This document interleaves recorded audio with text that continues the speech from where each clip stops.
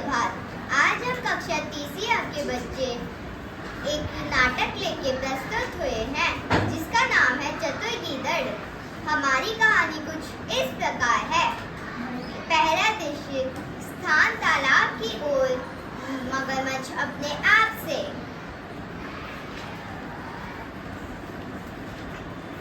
तालाब की सारी मछलियां तो खत्म हो गई, अब मैं क्या खाऊंगा?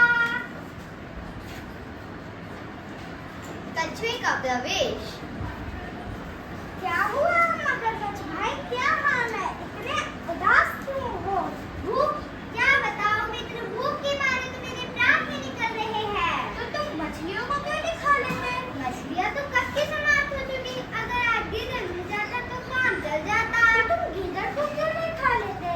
अरे अरे, गीदड़ तो इतना चतुर है कि पकड़ने नहीं आता।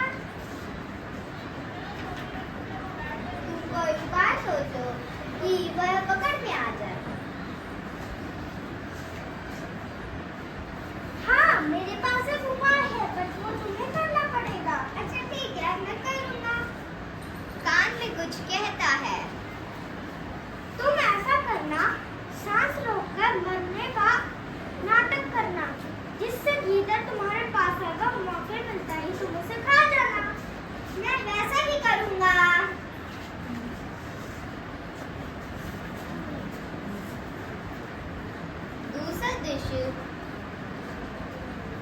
दूसरा दृश्य, एक और मगरमच्छ तालाब के पास सांस रोके मरा हुआ सा पड़ा है और कछुआ पास खड़ा है।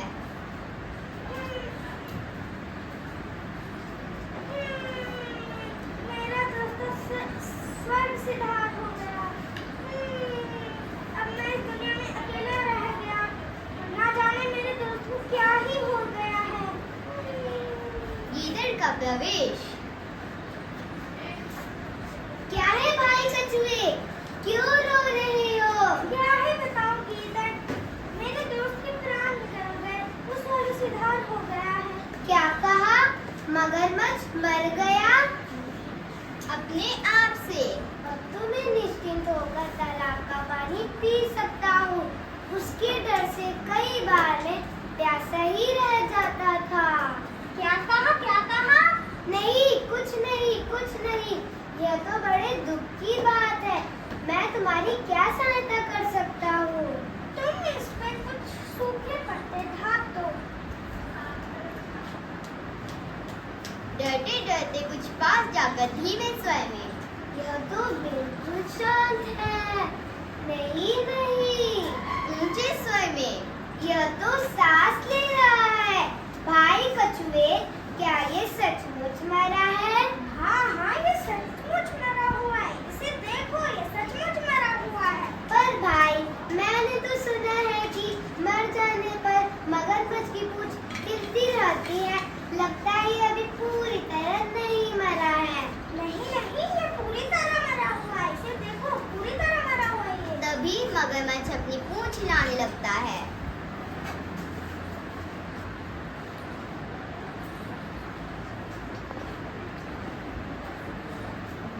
गीदड़ भागकर दूर जाते हुए, अपने मित्र को देखो, अपने मित्र को देखो। आंखें खोल दो मगरमच्छ। तुम्हें पता है मैंने गीदड़ को कितनी रोकने की कोशिश की, पर तुमने पूंछ हिलाई, मतलब उसे पता लग गया कि तुम जिंदा थे। तुम मूर्ख हो, तुम मूर्ख हो।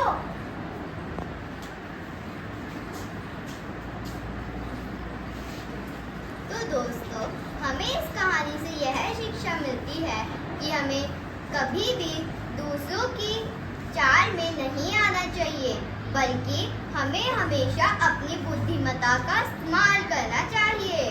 धन्यवाद।